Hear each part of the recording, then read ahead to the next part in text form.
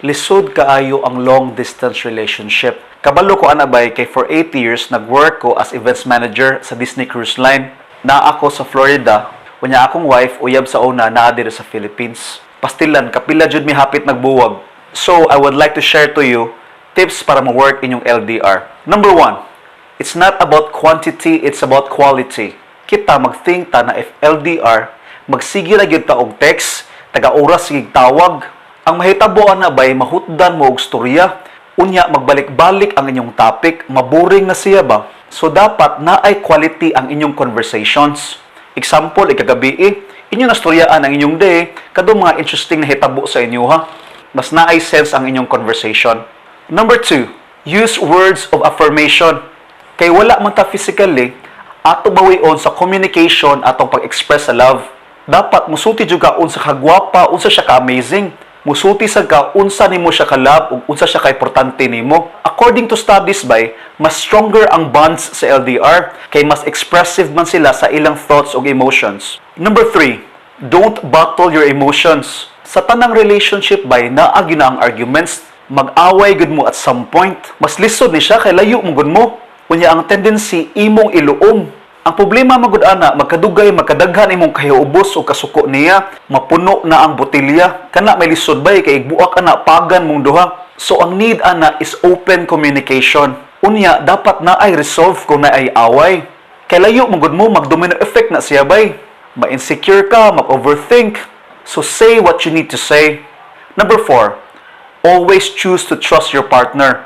Na usahay na ay moments na makaduda ka sa imong partner. Tungod ba sa chismis or tungod lang sa imong imagination na grabe kayo? Ayaw bay, choose to trust your partner. Miski unsaon magod wala kay proof na nagbuhat siya dautan. Kung sige ka gunahunaan na matoxic ra ka, makaguba na sa inyong relationship. Ang pinaka-importante sa LDR bay kay trust. Kay kung wala na siya, it will never work. Number 5, believe in your relationship.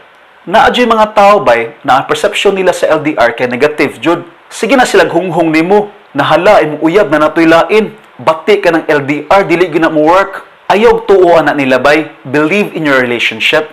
According to studies bay, dili magmatter if LDR ka or naa sa duol, same ra ang stats. Ang importante ana na I love ug trust. I-think lang na you and him against the world. Grabe, pagkaiga. Number 6, do fun things together. Na unsaon man idong pons arang layuan man namo. Be creative bay.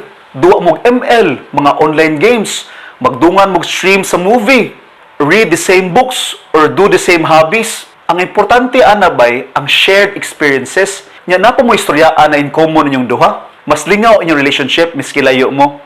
Number 7, invest in yourself. Perfect ni siya na time bay to love yourself. Unya pangita og ways na ma-improve ka as a person.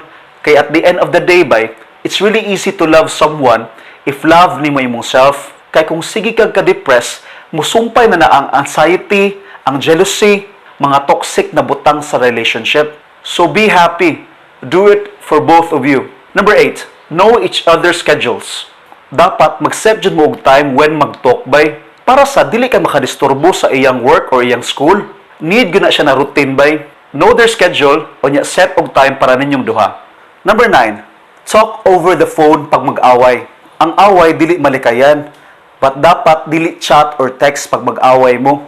Dapat tawag kay para makadungog ka sa iyang voice, ang tono niya ba. Dali magud kaayo ay misinterpret ang chat, sa imong utok gasyagit na siya. Wala ra di ay ito, sumusamot inyong away.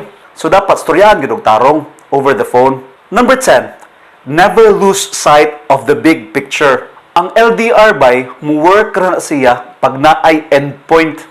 Naamoy goal duha. For example, magminyo ba mo in a few years? Or mag-ipo na mo, pohon. Mag-uban ra jud mo, ana na point. So if masad ka bay, think of a picture na uban mong duha. Para worth it ang tanan effort ninyo. Hold on lang ka ana na thought. Ingon pa ni Jay Shetty, when you learn to respect, trust, and love someone from a distance, you'll be unstoppable when you are together. Ni work gani ang LDR, labi nagnaa siya. Boom! Kamu na ang bulahan bay. #bless. Let me finish my topic with this beautiful poem by Donna Hope. I don't cry because we've been separated by distance and for a matter of years. Why? Because as long as we share the same sky and breathe the same air, we are still together. I am Dong Pons. Please subscribe on my channel, Choi.